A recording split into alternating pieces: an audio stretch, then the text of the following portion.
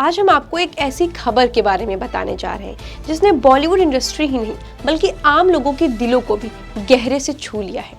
ये खबर है करिश्मा कपूर के पूर्व पति और बिजनेसमैन संजय कपूर से जुड़ी, जिनके अचानक चले जाने की खबर से हर कोई स्तब्ध है।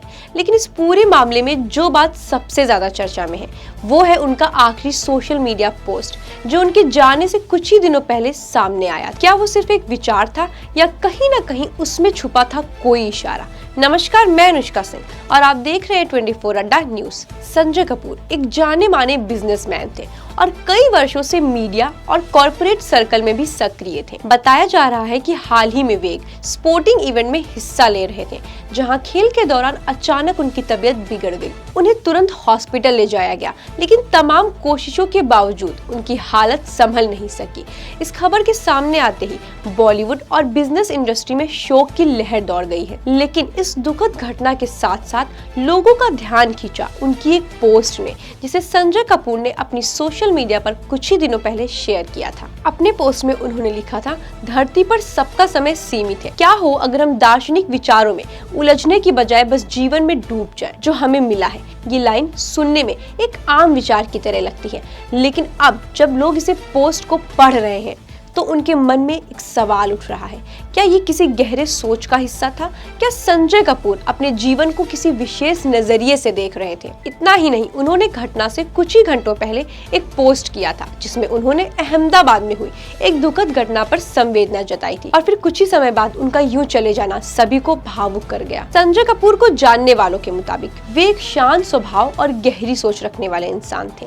वे एक सफल बिजनेसमैन और सोनाकॉम स्टार के चेयरमैन भी थे। इस कंपनी की नींव 1997 में उनके पिता ने रखी थी, जो ऑटो कंपोनेंट इंडस्ट्री के दिग्गज माने जाते थे। पिता के निधन के बाद संजय कपूर ने 2015 में कंपनी की कमान मैनेजिंग डायरेक्टर के तौर पर संभाल ली थी। उनके नेतृत्व में कंपनी ने न सिर्फ देश में बल्कि विदेशों में भी तेजी से विस्तार किया। आज सोनाकॉम स्टार की भारत, चीन, मेक्सिको, सर्बिया और अमेरिका में भी कुल 9 फैक्ट्रियां हैं, जो इलेक्ट्रॉनिक, 2 व्हीलर्स और 3 व्हीलर्स के लिए पुर्जों की सप्लाई करती हैं। साथ उनकी सोशल मीडिया उपस्थिति भले ही ज्यादा एक्टिव नहीं रही, लेकिन जब भी उन्होंने कुछ साझा किया उसमें कहीं न कहीं जीवन को लेकर एक फिलोसॉफिकल दृष्टिकोण झलकता था। वो न सिर्फ एक सफल व्यवसायी थे बल्कि अपने परिवार, दोस्तों और सहयोगियों के बीच एक भरोसेमंद और सौम्य व्यक्तित्व के रूप में जाने जाते थे। कई लोग आज उनके पुराने पोस्ट को दोबारा पढ़ रहे हैं और उनमें छुपे संदेशों को समझने की पूरी कोशिश कर रहे हैं। उनकी खबर के बाद कपूर परिवार में भी गहरा दुख देखा गया।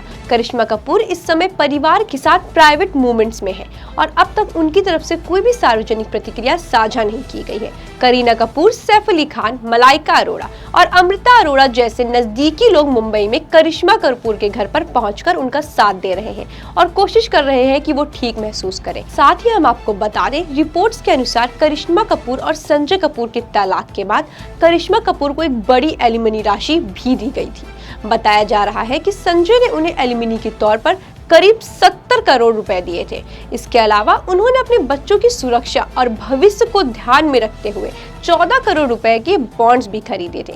इन बॉन्ड से बच्चों को हर साल करीब 10 लाख रुपए का ब्याज मिलता है। यह समझौता न सिर्फ करिश्मा की आर्थिक सुरक्षा के लिए था बल्कि उनके बच्चों की जिंदगी को भी स्थिरता देने के लिए प्रयास माना गया था। संजय कपूर के आखिरी शब्द हमें यही सिखाते हैं कि जिंदगी सीमित जरूर है, लेकिन उसे जीने का तरीका हमारे हाथों में है। हमारी तरफ से भी उन्हें श्रद्धांजलि और उनकी सोच और उनके व्यक्तित्व और उनके शब्द हमेशा याद रखे जाएंगे। धन्यवाद। ऐसे ही और वीडियोस के लिए जुड़े रहें 24 अड्डा न्यूज के साथ।